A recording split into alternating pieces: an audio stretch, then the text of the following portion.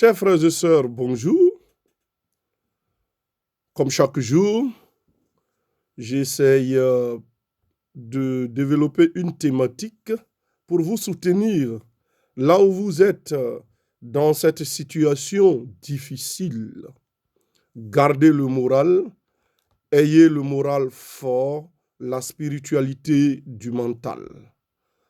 Aujourd'hui, nous allons balbutier autour de la thématique de la vie après la mort, autour de la thématique de la mort et de la résurrection.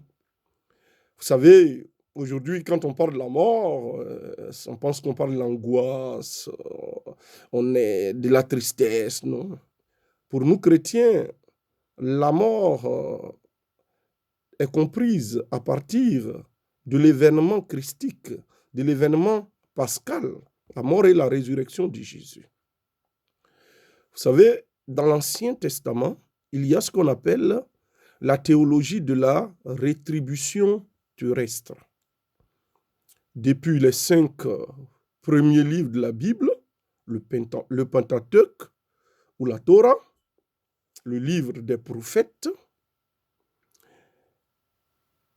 nous voyons une théologie dans laquelle on nous présente le juste comme celui qui est juste, qui est fidèle à Dieu, comme celui qui a tout sur la terre. Il est riche, il a beaucoup de femmes, des troupeaux, de bœufs, il a tout. Et donc, la théologie de la rétribution terrestre, c'est cela. Raison pour laquelle, dans l'Ancien Testament, nous voyons que celui qui n'a pas d'enfant ou celle qui n'a pas d'enfant est vu comme une malédiction. Nous voyons dans l'Ancien Testament que le pauvre est vu comme un maudit de Dieu. Et donc, c'est cette théologie qui est dans l'Ancien Testament.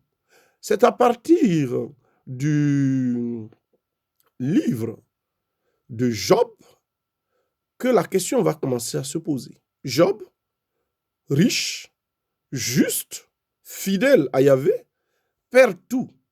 Il se pose la question, mais j'aime Dieu, j'obéis à ses commandements, mais pourquoi je perds tout? Et Kohelet va répondre, vanité des vanités, tout est vanité. Si le juste aussi doit être pauvre, celui qui est avec Dieu doit être pauvre, des vanités, tout est vanité. C'est dans le livre des martyrs de Maccabée que la question de la résurrection va commencer à se poser. Donc la rétribution céleste, pour montrer que la rétribution n'est pas que terrestre, la rétribution est aussi céleste. Dieu récompense. C'est juste.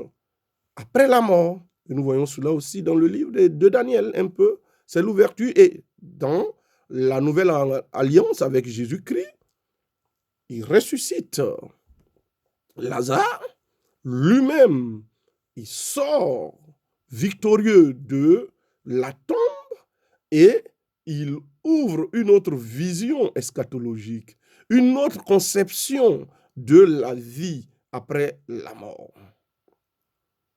Aujourd'hui, lorsqu'on observe un peu les discours spirituels dans beaucoup de groupes, même catholiques, avec les spiritualités nouvelles qui puisent des éléments de la théologie de la prospérité, sans le savoir, on parle beaucoup de la rétribution terrestre. On sélectionne des livres, des versets de l'Ancien Testament et on parle beaucoup de l'avoir, de la possession, de la richesse, oui, du mariage. Venez, on va faire ceci, Dieu va faire cela. Mais on ne parle pas de la vie après la mort. On parle plus du ciel. On parle beaucoup de la terre. Avec mes amis, au niveau de notre groupe de recherche théologique, nous avons sélectionné 500 thèmes des retraites dans des groupes de plus de 10 pays, 15 pays.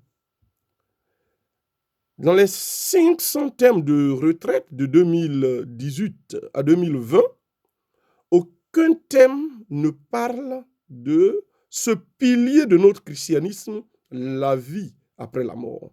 Ces thèmes tournent autour de l'avoir terrestre, autour des récompenses terrestres. Venez, c'est pour le mariage, venez pour l'enfantement, venez pour la guérison, venez, le Seigneur va faire, le Seigneur va faire, le Seigneur va faire. Le Seigneur fera tout sur la terre. Mais on n'ouvre pas, on ne forme pas les gens dans une spiritualité qui s'ouvre vers le ciel. Et du coup, tout ce qui est la mort, on ne parle de cela qu'aux funérailles. On exclut cela doucement de notre langage théologique, de notre langage spirituel. Cet élément doctrinal de l'Église, on essaye de ne pas parler, oui, effectivement. Ben, quand on parle de la vie, on invite les gens pour une formation sur la vie après la mort, tu vas avoir 5 personnes. Mais si tu invites les gens pour une bénédiction pour l'enfantement, pour le mariage, bon, tu auras 2000 personnes. Voilà. Et donc, du coup, il y a un élément important qu'on ignore doucement.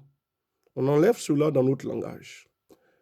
Aujourd'hui, dans cette situation dans laquelle nous vivons, il faut, nous intervenons pour dire à nos chrétiens, la vie chrétienne, elle intègre la mort.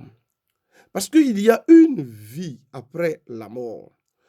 Quand nous méditons, nous célébrons les martyrs, les saints, c'est parce que ces martyrs-là ont intégré dans leur conscience que la mort n'est pas une fin, comme dit une des préfaces des funérailles chrétiennes. La mort, pour ceux qui croient en Dieu, la mort transforme leur vie. La mort transforme tout. Pour ceux qui croient en Dieu, la mort ne détruit pas. La vie n'est pas détruite. Elle est transformée quand vient leur fin. Ils contemplent déjà le ciel. C'est ce que nous devons intégrer dans notre mental. On ne dit pas aux chrétiens de ne pas se battre contre la mort, de ne pas se battre sur la terre, non. Mais il faut intégrer cela dans notre style de vie. C'est la manière dont nous allons concevoir la mort. Nous allons pouvoir construire un mental christique. Parce que si la mort nous fait peur, si la mort nous terrasse, ben, c'est qu'il y a quelque chose qui ne va pas dans notre spiritualité. Nous devons l'affronter, comme le Christ l'a affronté. Aujourd'hui, dans notre situation, dans cette situation de coronavirus, il faut se dire que tout peut arriver, et en dehors de coronavirus, tout peut arriver. La mort existe. Mais vivons. Vivons sans peur. Vivons en construisant notre vie après la mort. Il ne faut pas vivre comme si la vie se résumait à l'avoir terrestre, à la possession terrestre. Méditons ensemble le psaume 49 qui dit « Un homme ne peut pas en racheter un autre, ni payer à Dieu sa rançon. Quel que soit le prix versé pour une vie, elle devra cesser pour toujours. » Vous voyez? Et le psaume nous dit « L'homme comblé, qui n'est pas clairvoyant, ressemble au bétail qu'on abat. » N'oublions pas que la vie est une continuité. Et comme disent les Coptes, la mort permet une autre naissance. N'ayons pas peur. Que Dieu vous garde. Père Marius Hervé.